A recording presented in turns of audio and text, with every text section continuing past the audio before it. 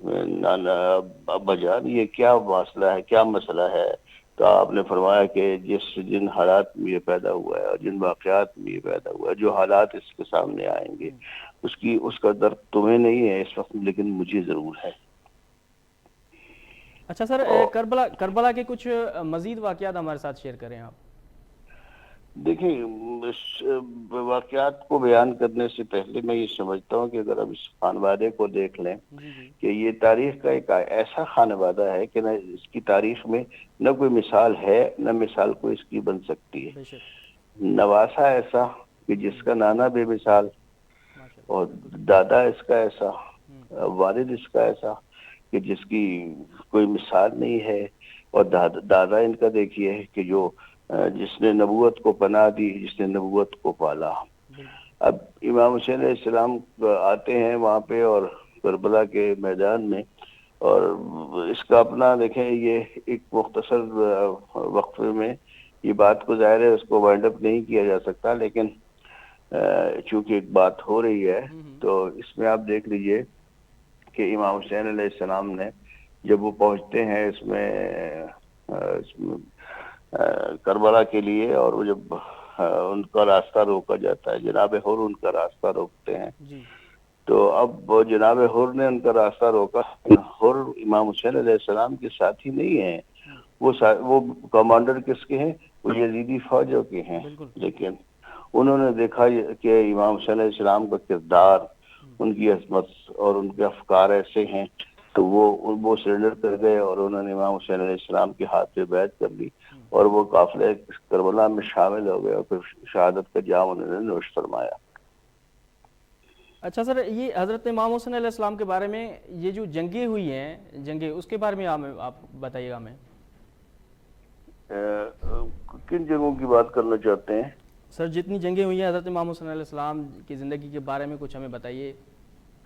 دیکھیں ان کی زندگی کے بارے میں ہمارے لیے دیکھیں، اس میں امام حسین علیہ السلام کی زندگی میں ہر قسم کا درس موجود ہے۔ ان کی زندگی کو آپ یہ دیکھ لیجئے کہ امام حسین علیہ السلام، دیکھیں ایک تو ہمیں یہ سوچنا چاہیے اور اس کو سمجھ لینی چاہیے اس بات کو، کیونکہ وہ کسی خاص فرقے کی یا کسی خاص مذہب کی میراث نہیں ہے، بالکل نہیں ہے۔ وہ ایک ایسی شخصیت تھے کہ آج تک دنیا میں دیکھیں یزیدیت جو ہے وہ ایک دشنام بن گیا، اور حسینیت جو ہے وہ ایک بڑا نام بن گیا۔ آج تک کسی نے یہ خواہش نہیں کی کہ وہ اپنے بیٹے کا نام یزید رکھے، لیکن ہر شخص یہ چاہتا ہے کہ وہ اپنے بیٹے کا نام حسین رکھے۔ تو امام حسین علیہ السلام نے جو قربانی دی، اس کا صرف واحد مقصد یہ ہے کہ وہ دین کو بچائیں، چونکہ دین کو بچانا اس لیے ان پہ فرض تھا کہ دین لائے وہ ان کے نانا، اور جب نانا کوئی چیز لاتا ہے تو نواسے کا فرض بنتا ہے کہ وہ اس کی حفاظت کرے، اور انہوں نے اپنی جان دے کر، اپنے خانوادے کو دے کر اس کی حفاظت کی۔ آپ یہ دیکھیے کہ آج تک اس کی کوئی مثال بنی نہیں ہے دنیا میں، کسی بھی جگہ پر، کسی بھی ملک میں، کسی بھی علاقے میں، کسی بھی زبان میں، کسی بھی مذہب میں، کہیں بھی کوئی جنگ ہوتی ہے تو اس میں مثال کس کی دی جاتی ہے؟ امام حسین علیہ السلام کی دی جاتی ہے کہ وہ ایک فیملی آئی، وہ خانوادہ آیا، اور اس نے صرف وہاں پہ دین کی بات کی اور دین کو بچایا، تو آج وہ ایک سمبل بن گئے ظلم اور اس کے خلاف، بادشاہت کے خلاف اور ظلم کے خلاف۔ اور آج وہ حسین علیہ السلام نے ثابت کیا کہ حق طاقت ہوتا ہے، طاقت حق نہیں ہوا کرتا۔ سر ہمیں یہ بھی بتائے گا کہ کربلا سے ہمیں کیا درس ملتا ہے؟ سر دیکھیے، میں نے عرض کیا کہ کربلا سے یہ دیکھیے کہ کربلا ایک مسلسل ایک دانشگاہ ہے، اس سے آپ سیکھتے ہیں، اس سے آپ حاصل کرتے ہیں۔ دیکھیں، جوان بچے کا انتقال ہو جاتا ہے تو کربلا ہمیں درس دیتی ہے کہ تمہیں صبر کیسے ہونا ہے۔ چھوٹے بچے کا انتقال ہوتا ہے تو وہ بھی، اس کی مثال بھی آپ کو ملتی ہے۔ کربلا کے واقعہ نے ایک سبق دے دیا پوری انسانیت کو کہ دیکھو، ظلم کے خلاف یہ مت سوچنا کہ تمہارے اسلحے کند ہیں، تمہارے پاس کوئی فوجوں کا وہ اکثریت نہیں ہے، فوج نہیں ہے، اسلحہ نہیں ہے، اور اصلوں کا مسئلہ نہیں ہے. امام حسین علیہ السلام ایک چھوٹا سا قافلہ لے کے آتے ہیں اور ان کا مقصد صرف یہ ہوتا ہے, اور کوئی مقصد تو ہے نہیں.